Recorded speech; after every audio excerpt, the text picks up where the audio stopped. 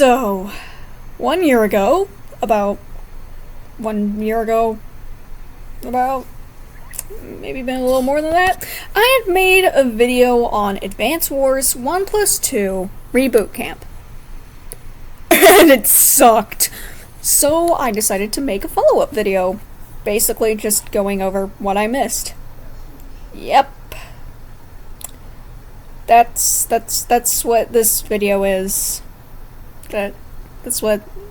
Okay, get to the next part. Hey everyone! It is I, the Tryhard Gamer Gal, and why do I do that intro? It sucks. Anyway, I have returned to talk yet again about a particular remake of a practically ancient war strategy game. Why do I still care? Yeah, 1+2 Reboot Camp was an absolute bomb and a total failure. Why did I word that way? Whatever. It just did horribly. But why exactly was that? And are there any redeeming qualities to the game? Let's go over it. Oh, but I still haven't 100% completed the game, or have I played it for like a year? I didn't even play it again for this video because I had it pretty fresh in my mind. And also I didn't care. First up, we're going to be retreading the grounds of the gameplay. It's time for me to fix my biggest mistake by far. I neglected to talk about the gameplay fully, like, in all of its facets. So, overall, the gameplay is mid. It plays like your typical Advance Wars game, yet somehow even worse. How? How you mess up this badly? Yeah, I don't think Way Forward was the person to make this game.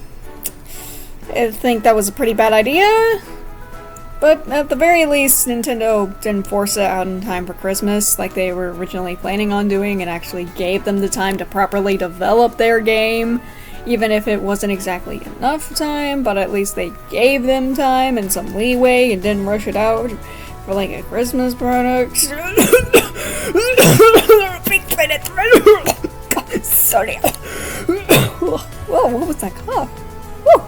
Sure, Way Forward is an absolute masterclass in the art department. Cannot argue with that. But it's very clear that during the development of this game, gameplay-wise, they were struggling. And a perfect example of that is the powers. Kind of, sort of. If you've been playing too long in a match, and for like hours and hours on end, and in one of the games you decide to simply just pop your power like you would normally do in an average game of Advance Wars, you also end up popping your Nintendo Switch's capabilities of playing the game. In other words, the game crashes because it just simply can't handle that much. This is a complete non-issue for casual players because you usually wouldn't play that long to get to the point where a super CO power would crash the game, but for the hardcore players, yeah, I feel really bad for them. Star meteors striking their games and all. Oh, and not to mention how bad the online play was. I never played online, but from what I've seen and from what I've heard, you can really only fight against your friends. And like, very boring stuff. There's like no online scene like whatsoever. You just connect someone on your friend list. This wouldn't be that big a deal if it weren't for the fact that there's an entire fan-made website called Advance Wars by Web that not only allows you to play with whoever you want, but also has loads of other additions as well. It's basically the best way to play Advance Wars competitively.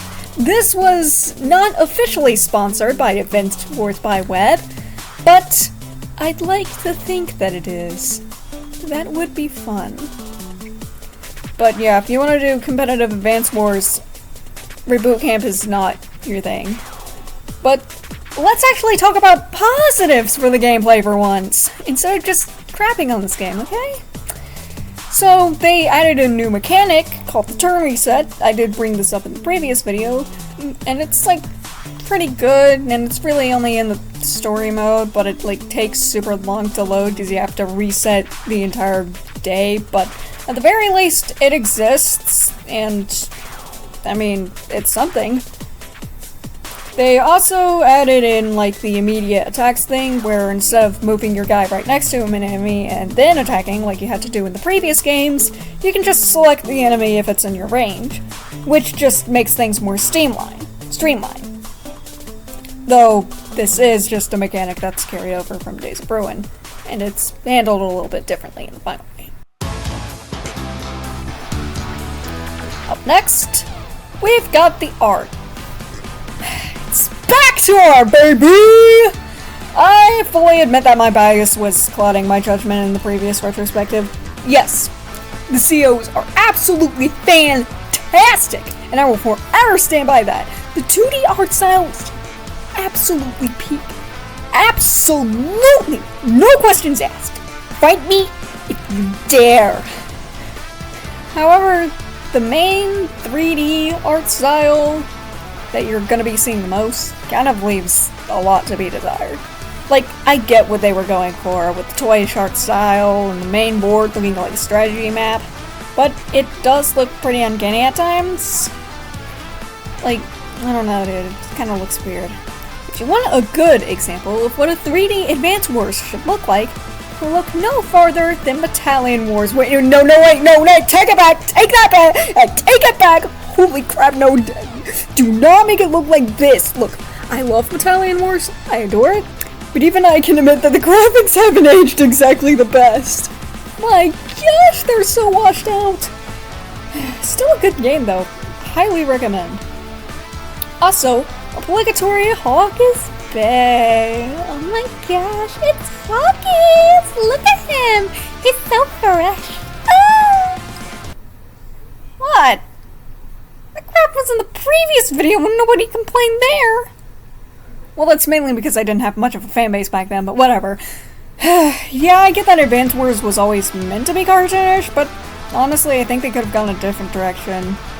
Maybe lean a bit more into the anime influence and wait, holy crap, great idea, why didn't they do that? Oh my gosh, they could have made it look like 3D, you know how the games, they have those like little outlines and characters and make it 3D, but like it's very an anime art style. They could have done that, why didn't they just do that? And now, it's time to talk about a piece of fan service that I totally neglected to mention.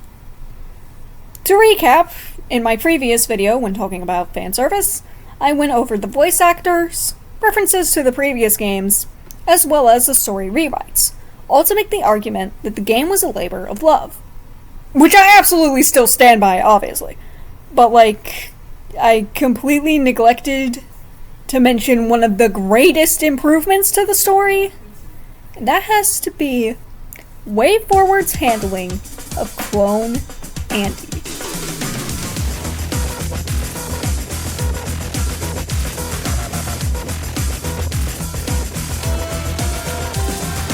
Clone Andy was initially one of the most hated aspects of the first Advance Wars game, as he felt like nothing more than a cheap cop-out and lazy writing.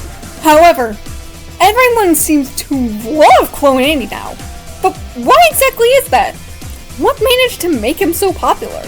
Well, it was really only one thing alone. Presentation! I swear, if my video gets taken down for this one thing alone, I'm going to scream. Yeah, as far as I'm aware, the only thing that's different about Clone Andy in the remake is the way he's presented. They make him into his own CO, separate from the original Andy, which also includes a banger new theme.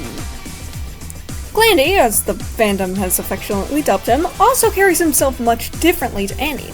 He's a lot more robotic in his movements, as well as in his voice. Shout out to Veronica Taylor, by the way, she's peak. And I absolutely love the fact that he was given these glowing eyes, which helped make him more eerie and alien, as well as connecting him to Sturm. Oh yeah, that's one thing I also forgot to mention. Every non-human or non-organic member of Black Hole like Storm Glandy and the infantry, all have glowing cyan eyes. But yeah, I have no idea how my brain just completely forgot to mention Clone Andy in that entire video.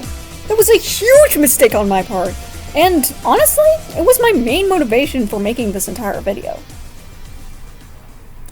Oh, I completely forgot to mention that the new map maker, you can add cannons and other black hole tech. This is peak! This was not in the original game at all! They added this! This is new content! You don't see that in Nintendo remakes, like, whatsoever! Dude, what the heck? Advance Wars 1+2 Reboot Camp is a terrible game.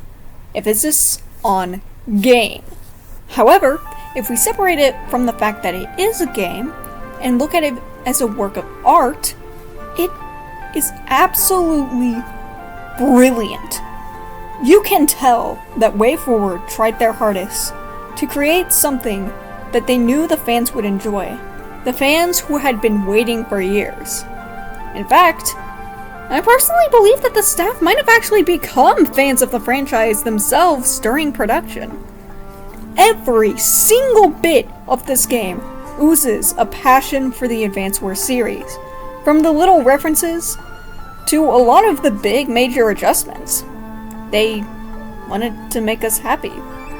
They wanted to give something that was worth the wait. They wanted to make their biggest comeback. However, they just weren't experienced enough to make it perfect. And as a result, we got a game that ended up being nothing more than mediocre. However, I will always appreciate this game for the passion that was clearly put into it. I will always love this game for its beautiful artistic merit. Happy birthday, Advance Wars 1+2! You're officially in the terrible twos! Hooray! I hope you have a good birthday. Now if you'll excuse me, I have an overdue Pikmin video to work on.